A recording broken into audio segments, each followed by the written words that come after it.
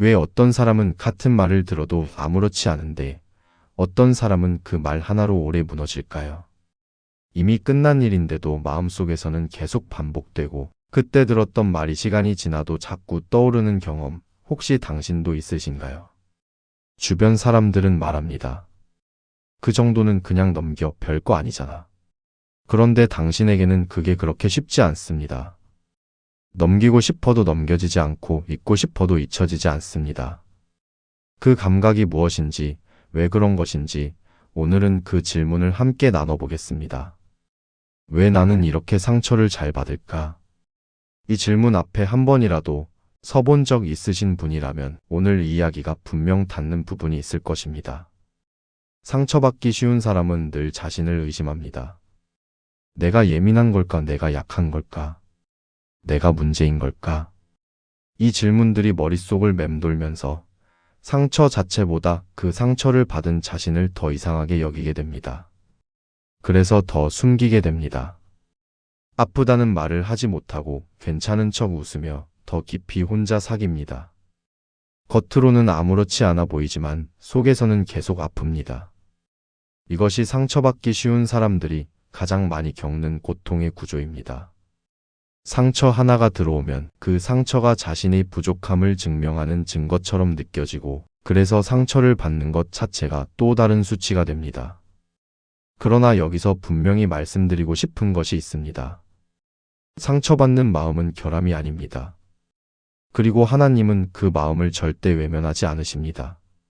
시편 34편 18절은 이렇게 말합니다. 여호와는 마음이 상한 자를 가까이 하시고 충심으로 통회하는 자를 구원하신다.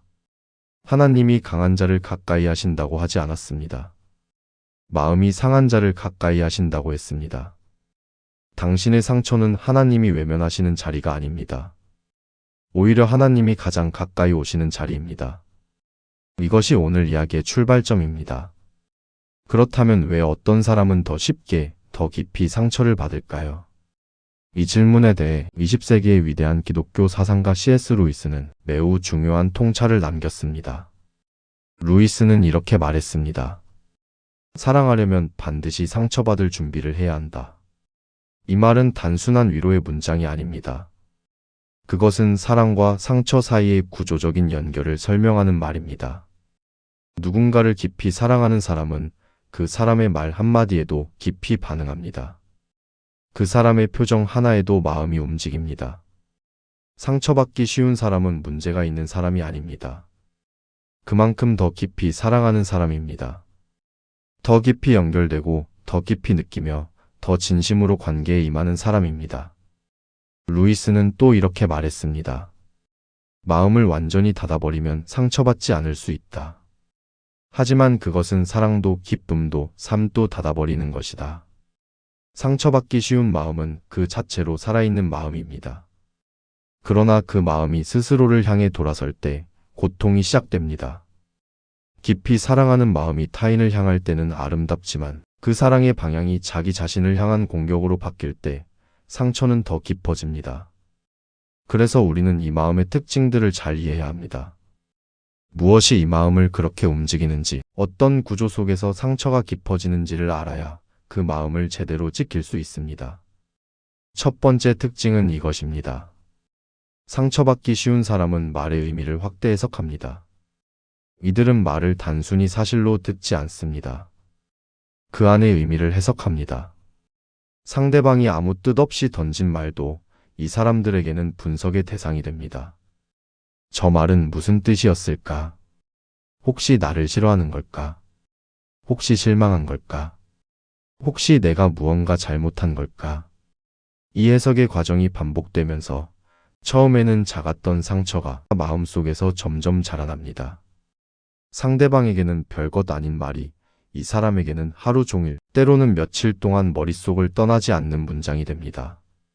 이것은 단순한 예민함이 아닙니다. 언어에 대한 감수성이 높은 것이고 사람의 말을 가볍게 흘려듣지 못하는 마음입니다. 잠언 18장 21절은 이렇게 말합니다. 죽고 사는 것이 혀의 힘에 달렸다. 성경은 말의 힘을 결코 가볍게 보지 않습니다. 말은 단순한 소리가 아닙니다. 말은 영혼을 흔드는 힘이 있습니다. 상처받기 쉬운 사람들은 그 힘을 누구보다 민감하게 느끼는 사람들입니다. 그래서 더 아픈 것은 당연합니다. 그러나 이 해석의 능력이 지나쳐서 없는 의미를 스스로 만들어내기 시작할 때 그것이 문제가 됩니다. 상대방이 의도하지 않은 의미를 스스로 만들어내고 그 의미에 상처받는 일이 반복되는 것입니다. 중요한 것은 내가 해석한 것과 실제로 일어난 것을 구분하는 힘입니다. 내가 느끼는 것이 반드시 사실은 아닐 수 있다는 것, 이것을 기억하는 것이 시작입니다. 두 번째 특징은 인정 욕구가 깊다는 것입니다. 상처받기 쉬운 사람은 사람을 소중히 여깁니다. 관계를 중요하게 생각하기 때문에 타인의 반응에 더 민감합니다. 표정 하나, 말투 하나, 대화 중에 느껴지는 작은 거리감 하나가 이들의 마음에 영향을 줍니다. 누군가 나를 따뜻하게 대해줄 때 마음이 환해지고 누군가 무심하게 대하거나 차갑게 반응할 때 마음이 크게 흔들립니다. 이것은 본질적으로 사람을 사랑하는 마음에서 나오는 것입니다. 관계의 진심이기 때문에 관계 안에서 일어나는 모든 신호에 민감한 것입니다. 그러나 이 마음이 지나쳐지면 사람의 시선이 삶의 기준이 되어버립니다. 타인이 나를 어떻게 보느냐에 따라 내가 가치 있는 사람이 되기도 하고 아무것도 아닌 사람이 되기도 합니다. 이것은 매우 불안정한 기반 위에 자신을 세우는 것입니다. 사람의 반응은 언제나 변하기 때문입니다. 어제 나를 따뜻하게 대해주던 사람이 오늘은 무관심할 수 있고 어제 나를 칭찬하던 사람이 오늘은 차갑게 반응할 수 있습니다. 그 변화 하나하나의 마음이 흔들린다면 우리는 결코 안정을 찾을 수 없습니다. 잠언 29장 25절은 이렇게 말합니다. 사람을 두려워하면 올무에 걸리거니와 여호와를 의지하는 자는 안전하리라. 이 말씀은 사람을 무시하거나 관계를 끊으라는 말이 아닙니다. 내 존재의 기준을 사람의 시선이 아닌 하나님의 시선에 두라는 것입니다. 하나님의 시선은 변하지 않습니다. 우리가 잘났을 때도 못났을 때도 칭찬받을 때도 비난받을 때도 동일하게 우리를 보십니다. 그 시선이 내 삶의 기준이 될 때 사람의 반응에 흔들리던 마음은 서서히 안정을 찾기 시작합니다. 사람의 기준이 아니라 하나님의 기준으로 살아갈 때 마음은 비로소 자유로워집니다. 세 번째 특징은 자기 비난이 강하다는 것입니다. 이것이 어쩌면 가장 아픈 특징일 수 있습니다. 외부에서 상처가 들어왔을 때 이들은 그것을 그냥 흘려보내지 못합니다. 그것을 자신에 대한 증거로 삼습니다. 누군가 나에게 차갑게 대했을 때 저 사람이 그날 기분이 안 좋았나 보다 하고 넘기는 것이 아니라 역시 나는 부족한 사람이구나 하고 결론을 내립니다. 외부에서 들어온 상처가 내부의 자기 비판을 촉발하는 것입니다. 내가 잘못했나, 내가 부족했나, 내가 조금 더 잘했더라면 어땠을까? 이 질문들이 끊임없이 반복됩니다. 그래서 이들은 이중의 상처를 받습니다. 밖에서 한 번, 그리고 안에서 스스로 한 번. 많은 경우 밖에서 온 상처보다 안에서 스스로 만들어내는 상처가 더 깊고 오래갑니다. 로마서 8장 1절은 이렇게 선언합니다. 그러므로 이제 그리스도 예수 안에 있는 자에게는 결코 정죄함이 없나니. 이 선언은 단순한 법적 용어가 아닙니다. 우리 안에서 끊임없이 울리는 자기 비판의 목소리에 대한 하나님의 직접적인 답입니다. 당신을 가장 가혹하게 정죄하는 그 내면의 목소리, 그것이 진리가 아닐 수 있습니다. 하나님은 당신에게 정죄의 말을 하지 않으십니다. 하나님이 하시는 말씀은 정죄가 아니라 사랑이고 책망이 아니라 회복입니다. 당신을 정죄하는 목소리는 하나님의 음성이 아닐 수 있습니다. 그 목소리에 귀를 기울이는 것을 멈추고 하나님의 선언에 귀를 기울이기 시작할 때 스스로를 향한 공격은 조금씩 멈추기 시작합니다. 네 번째 특징은 감정을 붙잡는다는 것입니다. 상처는 사건 자체보다 그 사건을 반복해서 떠올리는 생각 속에서 더 깊어집니다. 일어난 일 자체는 한 번이지만 그것을 마음속에서 다시 꺼내고 다시 생각하고 다시 아파하는 과정이 반복됩니다. 왜 그 사람은 그런 말을 했을까? 내가 잘못한 게 있는 걸까? 그때 내가 다르게 말했더라면 어땠을까? 앞으로 그 사람은 나를 어떻게 볼까? 이 순환 속에서 상처는 시간이 지나도 사라지지 않고 오히려 더 단단해집니다. 감정을 오래 붙잡는 것은 그 감정이 중요하기 때문입니다. 이들에게 관계는 소중하고 사람은 중요하기 때문에 그 상처도 쉽게 놓아지지 않습니다. 그러나 계속 떠올릴수록 감정은 더 깊어지고 마음은 더 지쳐갑니다. 빌립보서 4장 6절은 이렇게 말합니다. 아무것도 염려하지 말고 모든 일에 기도와 간구로 너희 구할 것을 하나님께 아뢰라. 이 말씀은 감정을 무시하거나 억누르라는 것이 아닙니다. 감정을 붙잡고 혼자 반복하는 것이 아니라 그것을 하나님께 내어놓으라는 것입니다. 붙잡고 있는 것과 맡기는 것의 차이는 큽니다. 붙잡고 있는 동안은 감정이 나를 지배합니다. 맡기는 순간부터 감정은 나를 통과해서 흘러가기 시작합니다. 그리고 그때 마음은 회복되기 시작합니다. 여기까지 4가지 특징을 살펴보았습니다. 그런데 이 모든 특징들을 바라보면서 한 가지 더 생각해 보아야 할 것이 있습니다. 상처는 단순한 고통이 아닐 수 있다는 것입니다. C.S. 루이스는 그의 책 고통의 문제에서 이렇게 말했습니다. 고통은 하나님이 우리를 깨우시는 방식이다. 이 말은 하나님이 우리를 일부러 아프게 하신다는 뜻이 아닙니다. 하나님은 우리가 겪는 상처와 고통을 낭비하지 않으신다는 것입니다. 상처받기 쉬운 사람들이 경험하는 그 깊은 아픔은 하나님 앞에서 더 솔직하게 자신을 들여다보는 기회가 되기도 합니다. 강한 척, 괜찮은 척 할 수 없을 만큼 아플 때 우리는 비로소 하나님 앞에 진짜 모습으로 나아가게 됩니다. 상처는 끝이 아닙니다. 그것은 깨어남의 시작일 수 있습니다. 하나님이 그 상처를 통해 우리의 마음을 다루시고 우리를 더 깊은 곳으로 이끄시는 것일 수 있습니다. 그래서 상처받기 쉬운 마음은 하나님의 손길이 닿기 가장 좋은 마음이기도 합니다. 그렇다면 이제 실제적인 이야기를 해보겠습니다. 상처받기 쉬운 마음을 지키기 위해 우리가 할 수 있는 것들이 있습니다.